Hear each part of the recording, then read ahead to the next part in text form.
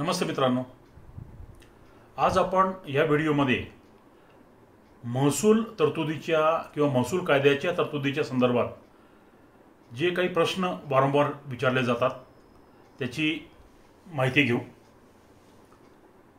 एक गोष्ट लक्षात ठेवा, 7/12च्या मालकी हक्कामध्ये फक्त 3 तरतुदी आहेत ज्यामुळे बदल होऊ शकतो। या 3 तरतुदीशिवाय अशी कुठलीही तरतूद नाही ज्यामुळे 7/12च्या मालकी हक्कामध्ये बदल होईल। या 3 तरतुदीपैकी पहिली तरतूद म्हणजे नोंदणीकृत दस्ताने म्हणजे रजिस्टर्ड डॉक्युमेंट, दुय्यम निबंधकाकडे नोंदविलेलं जो दस्त आहे त्याने। एक तरतूद क्रमांक 2 वारस तरतुदीन्वये, वारसा हक्काने म्हणजे एखादा खातेदार मयत झाला तर त्याचे जे वारस आपण दाखल करतो त्यान्वये। आणि तिसरं म्हणजे न्यायालय किंवा सक्षम अधिकारी यांच्या आदेशान्वये। म्हणजे पहिली गोष्ट झाली नोंदणीकृत दस्त, दुसरा वारस तरतूद आणि तिसरा न्यायालय किंवा सक्षम अधिकारी यांच्या आदेशान्वये। याशिवाय कायद्यामध्ये कुठलीही चौथी तरतूद नाही ज्यामुळे मालकी हक्कामध्ये बदल होऊ शकेल। ही गोष्ट आवर्जून लक्षात ठेवा। दुसरी महत्त्वाची गोष्ट म्हणजे 7/12 सदरी कुठलाही बदल करताना फेरफार नोंदविणे अत्यावश्यक आहे। फेरफारशिवाय कुठलीही नोंद 7/12 सदरी आपण नोंदवू शकत नाही। याच्यात फक्त एकच तरतूद अशी आहे ज्यामुळे फेरफारशिवाय आपण एखादा बदल 7/12 सदरी कबिता सदरी करू शकतो। ती म्हणजे अज्ञान जेव्हा सज्ञान होतो त्याची नोंद घेताना कुठल्याही फेरफारची आवश्यकता नाही, परंतु सध्या माहितीचा अधिकार इत्यादी जे कायदे आहेत जे रूढ झालेले आहेत त्यामुळे माझा एक असा सल्ला राहील की अज्ञान सज्ञान झाल्यानंतर त्याचीही नोंद घेताना त्याच्यासाठीही फेरफार नोंदवावा। या गोष्टी आपल्या लक्षात आल्या असतील। आता एक गोष्ट मी आपल्याला सांगू इच्छितो की वारस नोंद करताना आपण स्थानिक चौकशी म्हणजे आपण शेरासदरीही असंच लिहितो की स्थानिक चौकशी केली तर स्थानिक चौकशी म्हणजे फक्त नोटीस कुठेतरी डकवली किंवा उद्घोषणा केली ही स्थानिक चौकशी होत नाही। स्थानिक चौकशी म्हणजे त्या गावातले जे काही प्रतिष्ठित लोक आहेत, जसे सरपंच आहेत, काही ठिकाणी पोलीस पाटील आहेत, अशा लोकांना समक्ष भेटून किंवा त्यांना आपल्या कार्यालयात बोलवून त्यांचा 2 ओळीचा जबाब घेणे आणि तो घेतलेला जबाब हा आपल्या संचिकेला लावून ठेवणे, संबंधित संचिकेला लावून ठेवणं म्हणजे स्थानिक चौकशी। त्याचा कुठला तरी पुरावा पाहिजे। एखाद्या नोंदीबद्दल जर एखादा न्यायालयीन वाद निर्माण झाला आणि जर न्यायालयाने आपल्याला विचारलं की तुम्ही स्थानिक चौकशी केली म्हणजे काय केलं, तर आपल्याला ते दाखवता आलं पाहिजे की आम्ही गावातील स्थानिक प्रतिष्ठित लोकांना बोलून त्यांच्याकडे चौकशी केलेली आहे, त्यांचा आम्ही लेखी जबाब घेतलेला आहे, 4 ओळीचा जबाब आहे। या दिनांकास मला तलाठी साजा सोयणसो यांनी बोलून घेतलं आणि विचारलं की मयत गावातील एक खातेदार अमुक अमुक हे मयत झालेले आहेत, त्यांच्या वारसांनी अर्ज दिलेला आहे की त्यांना एकूण 4 वारस आहेत किंवा जे काही अर्जामध्ये नमूद असतील आणि माझ्या माहितीप्रमाणे ही माहिती बरोबर आहे। यांना अर्जामध्ये नमूद, त्यांच्या वारसांनी दिलेल्या अर्जामध्ये नमूद 4 वारसांशिवाय इतर कोणताही वारस नाही। हा जबाब दिला तो माझ्या माहितीप्रमाणे खरा व बरोबर आहे। अक्षरशः 4-5 ओळीमध्ये जबाब होतो। इतका एक जबाब घेऊन आपण जर संचिकेला लावून ठेवला तर आपल्याला भविष्यात कुठल्याही प्रकारे अडचण येणार नाही। पुढची एक महत्त्वाची सूचना मी आपल्याला सांगेन की कोणत्याही दस्तावेजावर गाव नमुना 6 म्हणजे फेरफारची नोंद वही मध्ये नोंद घेताना संबंधित मिळकतीबाबत जुना फेरफार जो आहे किंवा संबंधित खातेदाराचं नाव, आता जे तुम्ही नाव बदलताय हे नाव त्याचं कसं आलं हे जरूर बघावं. उदाहरण एक मी आपल्याला देतो की समजा अ ने क ला जमीन विकली. अ नावाच्या व्यक्तीने क नावाच्या व्यक्तीला जमीन विकली आणि क ने नोंदणीसाठी अर्ज केल्यानंतर हे बघणं आवश्यक आहे की अ चे जे नाव आहे ते 7/12 सदरी कसं आलं, कुठल्या फेरफारनी आलं, तो फेरफार बघणे आवश्यक आहे. यामुळे सदर मिळकत विकण्याचा अधिकार जो आहे तो फक्त अ ला होता की अ हा अपाक होता आणि कालाच्या ओघात अपाक ही नोंद कमी झाली आणि आता फक्त अजच नाव त्या 7/12 सदरी राहिलेलं आहे. हे सगळे जे प्रश्न आहेत या सगळ्या प्रश्नांची उत्तरं आपल्याला मिळतात की जो काही संबंधित आज 7/12 जो माणूस आहे त्याचं नाव जर आपल्याला बदलायचं तर तो कसा आला, त्या 7/12 कुठल्या फेरफारमुळे आला, हा फेरफार जरूर बघावा. त्यामुळे भविष्यात येणाऱ्या बऱ्याचशा अडचणी आपल्या कमी होतील, हे लक्षात ठेवा. विशेषतः वारस नोंद करताना तर हे जरूर बघावं. आता काही प्रश्न जे येतात खरेदी विक्री व्यवहार जे होतात त्याबाबत जे काही प्रश्न येतात ते आपण एक एक बघू. आपल्याला एक माहिती आहे की आपण जी खरेदी विक्री व्यवहाराची नोटीस, पहिली जी नोटीस देतो ती देतो 7 नंबरची, नमुना नंबर 7 मध्ये, की कोणताही हक्क संपादन झाल्यानंतर आपल्याला ज्यावेळेस तोंडी किंवा लेखी कळवले जाते त्याला आपण वर्दी म्हणतो आणि या वर्दीची पोच जी आहे ती आपण नमुना 7 याच्यामध्ये देतो. आणि नमुना 9 ची जी नोटीस आहे ती आपण देतो संबंधितांना त्यांचे म्हणणे मांडण्यासाठी की असा फेरफारमध्ये फेरफारनुसार हा बदल झालेला आहे आणि त्यामुळं आपलं याच्याबद्दल काही म्हणणं असेल तर 15 दिवसाच्या आत आमच्याकडे सादर करा. काही तक्रार जर नसेल तर मग आपण पुढच्या प्रक्रियेसाठी नोंद जी आहे ती मंडलाधिकाऱ्याकडे पाठवतो. तर ही जी नोटीस ज्यावेळेस आपण देतो ती नमुना नंबर 9 ची नोटीस देतो. 7 ची नोटीस त्याची पोहोच आहे आणि नमुना नंबर 9 ची जी नोटीस आहे ती त्याला त्याचं म्हणणं मांडण्याची संधी देण्यासाठी आहे. ठीक आहे. आणि नमुना 10 ची जी नोटीस आहे ती फेरफार नोंदीबद्दल कोणी लेखी किंवा तोंडी आक्षेप घेतल्यास त्याला जी पोहोच द्यायची आहे ती नमुना 10 मध्ये द्यायची आहे. आणि नमुना 12 ची जी नोटीस आहे ती फेरफार नोंदीबाबत निर्णय घेण्यासाठी मंडलाधिकारी ज्यावेळेस येतात त्यावेळेस त्यांच्या भेटीची जी सूचना आहे ही नमुना नंबर 12 मध्ये द्यायची आहे. हे आपण लक्षात ठेवावं.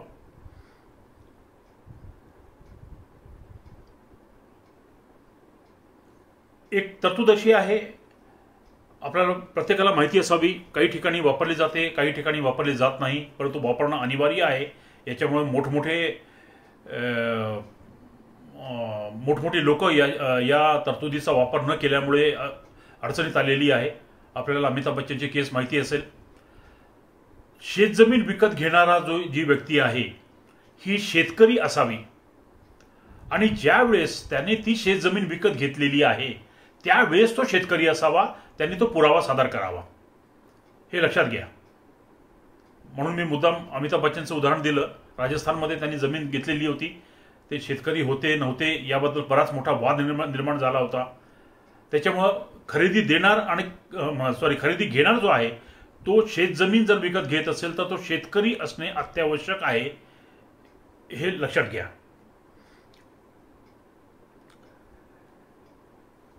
आपल्याकडे ज्या तक्रारी येतात त्याच्यात सर्वसाधारणपणे ज्या तक्रारी आहेत की खरेदीचे संपूर्ण पैसे, म्हणजे एखाद्या खातेदाराने जमीन विकली तर तो आपल्याला तक्रार करतो की मी ज्याला जमीन विकली त्यांनी मला त्या खरेदीचे किंवा त्या व्यवहाराचे संपूर्ण पैसे दिलेले नाहीत, अशी तक्रार करून तो संबंधित फेरफारवर आक्षेप घेतो. आता कसं आहे की आजकालच्या ज्या पद्धती आहेत त्यावेळेस सबरेस्ट्रारच्या समोर, दुय्यम निबंधकाच्या समोर आपण समक्ष जाऊन खरेदी देणार खरेदी घेणार हे समक्ष जाऊन सही करतात. शिवाय दस्तामध्ये तसा उल्लेख असतो की मला या खरेदीचे संपूर्ण पैसे मिळालेले आहेत, आधी इतके पैसे मिळाले होते विसार म्हणून किंवा ॲडव्हान्स म्हणून आणि आज त्यांनी संपूर्ण पैसे दिलेले आहेत, त्याच्यामुळे हा मी आता व्यवहार करत आहे. याच्यातही खरेदी खतामध्येही असा उल्लेख असतो. त्याच्यामुळं तोंडी अशी तक्रार करणे की मला संपूर्ण पैसे मिळालेले नाहीत, याला काहीही अर्थ नसतो. फक्त कोणीतरी त्या ज्यांनी खरेदी दिलेली आहे त्याला सांगितलेलं असतं, अरे तुला जे व्यवहार झाला खूप कमी पैशात झाला, तुला अजून जास्त पैसे मिळू शकले असते, असं काहीतरी त्याचे कान भरल्यामुळे या प्रकारच्या तक्रारी येतात. त्यामुळं आपण याबद्दलची खात्री करू शकतो. जरूर तर आपण दोन्ही व्यक्तींचं पासबुक, बँकेचं पासबुक जे आहे ते मागवून त्याच्या एंट्रीची खात्री करू शकतो आणि त्याची जी विनंती जर त्याच्यात तथ्य नसेल तर ती फेटाळू शकतो. दुसरी गोष्ट अशी आहे, दुसरी तक्रार अशी येते की मला फसवून खरेदी खतावर सह्या घेतल्या. आता फसवून जर खरेदी खतावर सह्या घेतल्या असेल तर त्यांनी फसवणुकीच्या बाबत पोलिसात तक्रार करायला पाहिजे, पोलिसात एफआयआर करायला पाहिजे. तो पोलिसात जात नाही, तो महसूलकडे येतो, कारण की त्याला फक्त एक टाइमपास करायचा असतो. सर्वसाधारण हेच बघण्यात आलेलं आहे की महसूलकडे येतात की मला फसवून मला खरेदी खत करून घेतलं, मला सांगितलं कुठंतरी गॅसची एजन्सी तुला मिळवून देतो किंवा गॅस सिलेंडर मिळवून देतो किंवा इतर काही मिळवून देतो आणि मला सह्या घेतला. आपल्याला एक सांगतो, कुठलाही माणूस इतका ज्ञान राहिलेला नाही की आपण सबरेजिस्ट्रारच्या समोर गेलेलो आहे आणि आपण सह्या करतोय, तिथं अंगठा लावतोय, तिथं आपले फोटो काढले जात आहेत, हे सगळं समजूनही कुठलाही व्यवहार करेल. त्याला माहिती असतं आपण काय करतोय, फक्त प्रकरण लांबावं याच्यासाठी अशा प्रकारच्या तक्रारी होत असतात. आणि तसंही भारतीय पुरावा कायदा जो आहे यानुसार कुठलेही तोंडी म्हणण्याला अर्थ नाही. त्याची जर फसवणूक झाली असेल त्यांनी पोलिसात जावं, त्यांनी फिर्याद द्यावी, फिर्यादीची एक कॉपी आपल्याला आणून द्यावी आणि त्यानुसार जर आपण चौकशी केली तर त्याच्यात थोडंफार तथ्य जर आपल्याला आढळून आलं तर आपण ते फेरफार नोंद रद्द करू शकतो. त्यांना दिवाणी न्यायालयात जायचं किंवा फौजदारी न्यायालयात जायचा सल्ला देऊ शकतो आणि फेरफार नोंद रद्द करू शकतो. परंतु ही संपूर्ण चौकशी करायला पाहिजे, हा एक प्रकार झाला. आता भारतीय पुरावा कायदा कलम 91-92 अन्वये नोंदणीकृत दस्ताच्या विरुद्ध दिलेला तोंडी पुरावा ग्राह्य धरता येत नाही अशी तरतूद आहे. एक लक्षात घ्या. हा माणूस जो आपल्याकडे येतो तक्रार करायला, हा हीच तक्रार करतो आणि तोंडी तक्रार करतो की माझी फसवणूक झालेली आहे, मला काहीतरी खोटं बोलून नेलं आणि माझ्या सह्या घेतल्यात. तर अशा तक्रारीमध्ये सर्वसाधारणपणे तथ्य नसतो, परंतु याची आपण खात्री करावी. तिसरी तक्रार जी येते की आमची सामायिक जमीन होती आणि जो सामायिक हिस्सेदार आहे त्यांनी मला न विचारता जमीन विकली.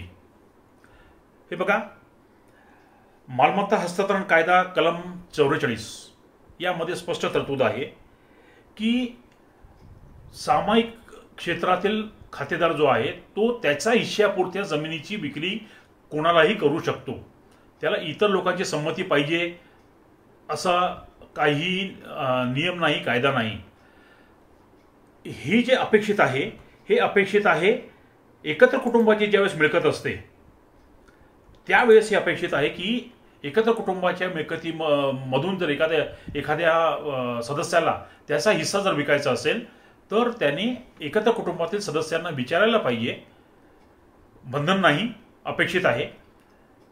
का तर एकत्र कुटुंबाच्या मिळकतीमध्ये इतर त्रयस्थ व्यक्ती येऊ नये हा याच्या मागचा फक्त एक म्हणजे आशय आहे. त्याच्यामुळं जर एकत्र कुटुंबातील व्यक्तीने त्याला सांगितलं की बाबा नाही तुझी मिळकत आम्ही काही विकत घेऊ शकत नाही, तर तो 100% तो त्रयस्थ व्यक्तीला तो विकू शकतो. त्याच्यामुळं ह्या तक्रारीला काही अर्थ नसतो की आम्हाला न विचारता सामायिकातील हिस्सा विकला. असा जर व्यवहार झाला तर फक्त इतकंच होतो की ज्याच्या नावावर आज सामायिक क्षेत्र आहे त्याचं नाव तिथून जाऊन अन्य त्रयस्थ व्यक्तीचं नाव ज्यांनी ते क्षेत्र विकत घेतलेलं आहे त्याचं नाव त्या ठिकाणी येतं. याशिवाय दुसरा कुठलाही फरक पडत नाही. त्याच्यामुळे अशा प्रकारच्या तक्रारीमध्येही कुठलंही तथ्य नसतं.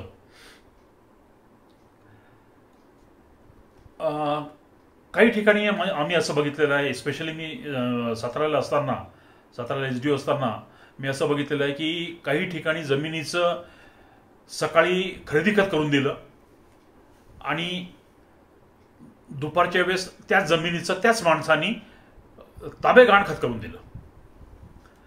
अशा वेळेस एक लक्षात घ्या, ज्या वेळेस हा माणूस सकाळी स्वतःची जमीन विकतो नोंदणीकृत दस्ताद्वारे सबरजिस्ट्रारच्या समोर, त्यावेळेस त्या क्षणी ज्या क्षणी तो दुय्यम निबंधकाच्या समोर स्वाक्षरी करतो, संमतीदर्शक स्वाक्षरी आपण ज्याला म्हणतो, त्या क्षणी त्या जमिनीवरचा त्या शेतजमिनीवरचा त्याचा मालकी हक्क संपुष्टात आलेला असतो.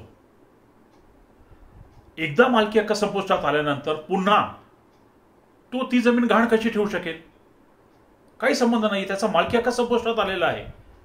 त्याच्यामुळं पुन्हा त्यांनी जर ती जमीन संध्याकाळी पुन्हा सर्वेच्या समोर जाऊन कोणातरी फसवून की माझी जमीन आहे बघ, 7/12 माझ्या नावावर आहे आणि ही मी तुझ्याकडे गहाण देतो, मला इतके पैसे दे, असं जर त्यांनी केलं असेल तर त्यांनी त्या माणसाची फसवणूक केलेली आहे हे लक्षात घ्यावं आणि त्या माणसाला त्याच्याविरुद्ध जी काही कायदेशीर कारवाई करायची ती करायला सांगावं.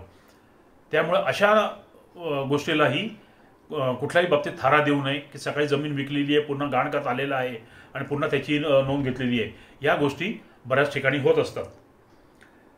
पुढचा मुद्दा जो आहे की प्रमाणभूत क्षेत्रापेक्षा जास्त, म्हणजे माझं क्षेत्र आहे समजा आज 2 एकर आणि मी विक्री करतोय 2.5 एकरची, समोरच्याकडून मी पैसे घेतलेले आहे 2.5 एकरचे. दुय्यम निबंधक एखाद वेळेस या अशा गोष्टीकडे, इतक्या बारीक गोष्टीकडे बघणार नाही, परंतु आपल्याकडे ज्यावेळेस नोंद येते त्यावेळेस आपल्याला दिसतं की 7/12 याचं क्षेत्र 2 एकरच आहे आणि विक्री जी केलेली आहे मी 2.5 एकरची केलेली आहे. अशा वेळेस आपण सर्वसाधारणपणे मंडल अधिकारी काय करतात की फेरफार नोंद रद्द करतात. फेरफार नोंद रद्द केल्यामुळे होतं काय की त्याचं जे क्षेत्र आहे ते 7/12 तितकंच राहिलेलं आहे. त्याने ही जी काही फसवणूक केलेली आहे, खरेदी दिलेली आहे, याची कुठेही आपल्या गाव दप्तरी कुठेही नोंद झालेली नाही. त्यामुळे काही दिवसांनी पुन्हा तो ते क्षेत्र विकायला तयार होतो, कारण की 7/12 अजूनही त्याच्याच नावावर आहे. तर अशा वेळेस त्याचं जे काही क्षेत्र आहे, त्याच्या नावे जे काही क्षेत्र आहे, जरी त्यांनी जास्त क्षेत्राची विक्री केली असली तरी त्याचं जे काही क्षेत्र आहे तितक्या क्षेत्रापुरती ती नोंद मंजूर करावी. विकत घेणारा जो आहे, खरेदी घेणार, याचं नाव 7/12ला येऊ द्यावं आणि जे काही त्यांनी जास्तीचं क्षेत्र विकलेलं आहे त्या बाबतीत जो खरेदी घेणार आहे त्यांनी त्याच्या विरुद्ध काय योग्य ती कायदेशीर कारवाई करावी असा शेरा वाटल्यास लिहावा. परंतु कुठल्याही परिस्थितीमध्ये फेरफार संपूर्णपणे रद्द करून त्याच्या खरेदी देण्याच्या नावावरच क्षेत्र कधीही ठेवू नये, ही बाब एक लक्षात घ्यावी. आता पुढचा प्रकार येतो तो अज्ञान पालककर्त्याने संपूर्ण क्षेत्र विकून टाकलं, अशी नोंद आपल्याकडे येते. एक लक्षात घ्या, हिंदू अज्ञानत्व व पालकत्व अधिनियम 1956 कलम 6, 8 आणि 12 या अन्वये अज्ञान पालनकर्त्या व्यक्तीला अज्ञानाच्या स्वतंत्र हिस्स्यासह संपूर्ण क्षेत्र विकण्याचा अधिकार नाही.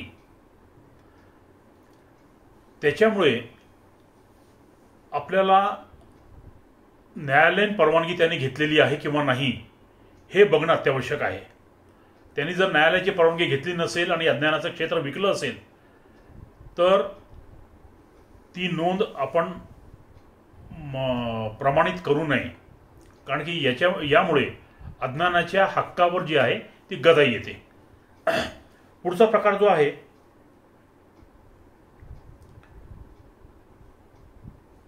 तो प्रकार आहे म्हणजे खरेदी देणार हा मयत झालेला आहे.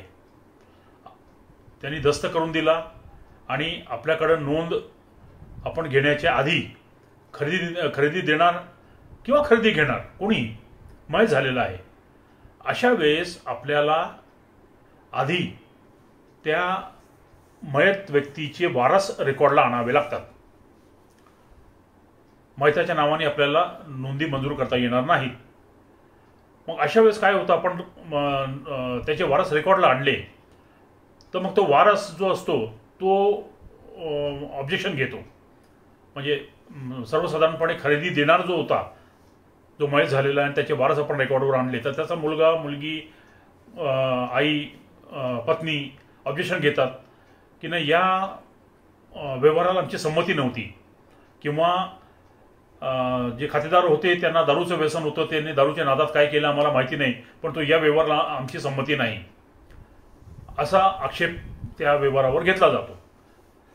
एक लक्षात घ्या, की ज्या वेळेस त्या व्यक्तीने त्या खातेदाराने व्यवहार केलेला आहे त्यावेळेस तो हयात होता, जिवंत होता.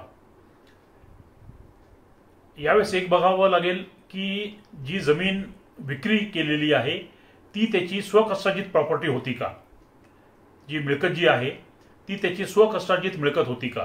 जर त्याची मिळकत ही स्वकष्टार्जित असेल तर त्याच्या हयातीमध्ये त्याला कोणाच्याही संमतीशिवाय अशा मिळकतीची विल्हेवाट लावण्याचा पूर्ण अधिकार आहे. ती जर वडिलोपार्जित असेल तर त्याचा स्वतःचा जो हिस्सा आहे त्या हिश्श्याची विल्हेवाट लावण्याचा त्याला संपूर्ण अधिकार आहे.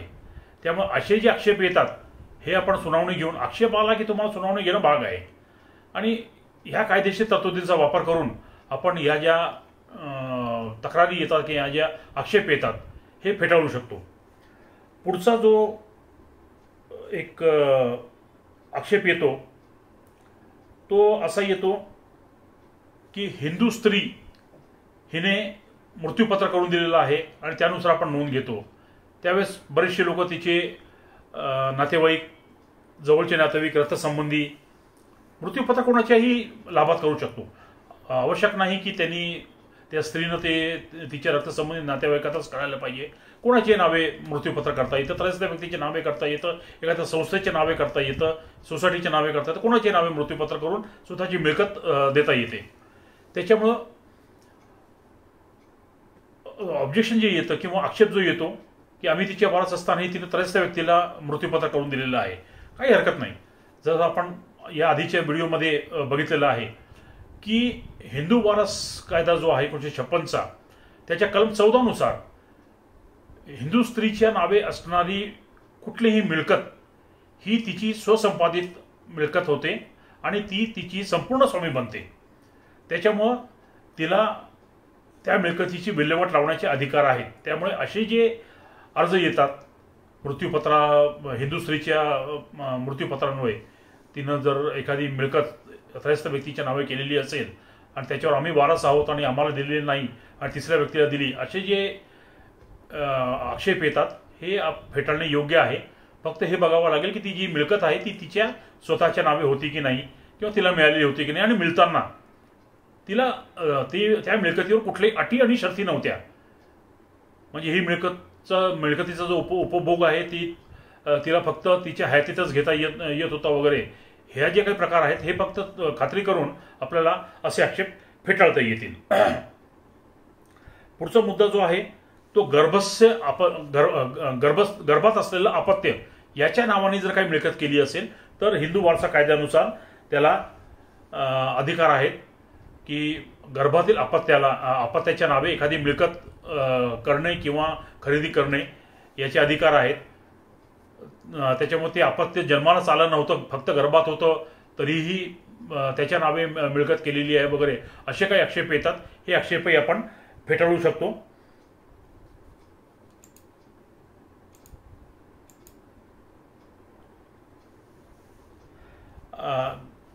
गर्भातील अपत्याच्या नावे मिळकत करणे याच्यासाठी हिंदू वारसा कायदा 1956चं कलम 20 आपण जर वाचलं तर त्याच्यात आपल्याला कल्पना येईल. त्याची तरतूद जी आहे की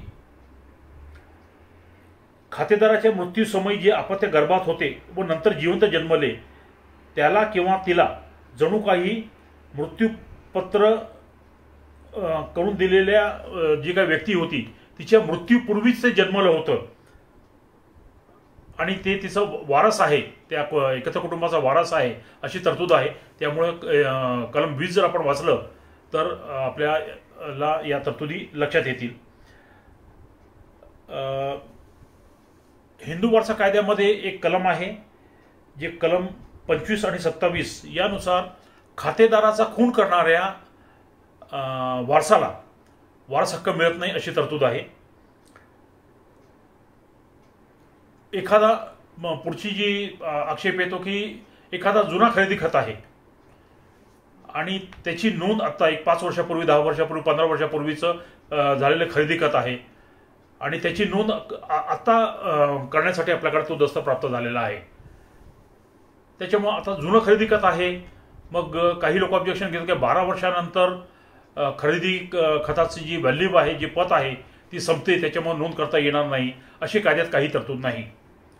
खरेदी खत जोपर्यंत सक्षम न्यायालयामार्फत रद्द केलं जात नाही तोपर्यंत ते खरेदी खत हे अस्तित्वात राहतं, त्याची पत कुठल्याही प्रकारे कमी होत नाही. फक्त याच्यात अडचण एक अशी येते की अ व्यक्तीनं खरेदी खत करून दिलेलं आहे ब व्यक्तीला, आणि ब व्यक्तीने त्याची नोंद केलेली नाही, आणि मालमत्ता जी आहे ती अजूनही खरेदी देणार जो आहे अ याच्या नावावरच आहे.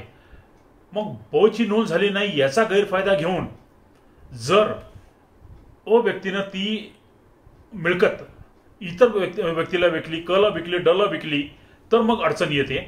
अशा वेळेस दिवाणी न्यायालयात दाद मागण्याशिवाय कुठलाही पर्याय नसतो. परंतु अ व्यक्तीच्याच नावे मिळकत आहे. बऱ्याच ठिकाणी असं बघितलं गेलं की अ व्यक्तीनं ब व्यक्तीला त्याची जमीन विकलेली आहे, शेतजमीन विकलेली आहे, आणि ब व्यक्तीनं त्याच्या नावाची नोंद काही अजून केलेली नाही, आणि अ व्यक्ती मयत झाली. अ व्यक्ती मयत झाली, तिच्या वारसाची नोंद तिथं आली, आणि वारसाची नोंद झाल्यानंतर ब व्यक्तीने खरेदी खत आणून दिलं की अ व्यक्तीनं त्याच्या हयातीमध्ये मला खरेदी खत करून दिलं होतं. अशा वेळेस संभ्रम निर्माण होतो. परंतु एक लक्षात घ्या की जसं मी आधी सांगितलं आहे की ज्या वेळेस अ व्यक्तीनं ते खरेदी खत करून दिलं, ज्यावेळेस ती दुय्यम निबंधकासमोर स्वाक्षरी केली, त्या क्षणी त्याचा त्या मिळकतीवरचा अधिकार संपुष्टात आलेला आहे. त्याच्यामुळे एकदा अधिकार संपुष्टात आला तर त्याची वारस नोंद होण्याचेही कारण नाही, कारण की त्याच्या नावावरच आता ती जमीन नाही कायदेशीरपणे. फक्त सातबार सदरी नोंद झाली नाही याचा अर्थ खरेदी खत बेकायदेशीर आहे किंवा त्याची नोंद करू नये असं काही नाही. परंतु अ व्यक्तीच्या नावे जर ती मिळकत असेल आणि वारस नोंद झाली असेल तर वारस नोंदीच्या फेरफारच्या विरुद्ध उपविभागीय अधिकारी यांच्याकडे अपील दाखल करावं लागेल. तो दस्त सादर करावा लागेल संबंधिताला, आणि स्वतःच्या नावाची त्याची नोंद त्याला करता येईल. अपंग व्यक्तीलाही वारस म्हणून डावलता येत नाही. अपंग असला तरीही त्याच्या नावे मिळकत होऊ शकते, त्याला वारस हक्क मिळू शकतो. बऱ्याच वेळा तक्रारी येतात की तो अपंग आहे, त्याला काहीच कळत नाही आणि तो शेत जमीन घेऊन काय करणार आहे वगैरे वगैरे. परंतु कायद्यानुसार अपंग व्यक्तीलाही त्याची वारसा हक्क मिळण्याची तरतूद कायद्यामध्ये आहे. तर आज आपण बरेचसे प्रश्न बघितले, त्याची उत्तरं, कायदेशीर तरतुदी मी आपल्याला सांगितलेल्या आहेत. पुढे जसजसे प्रश्न येत जातील तसतसे आपण पुन्हा प्रश्न बघत जाऊ, त्याची उत्तरं बघत जाऊ. धन्यवाद.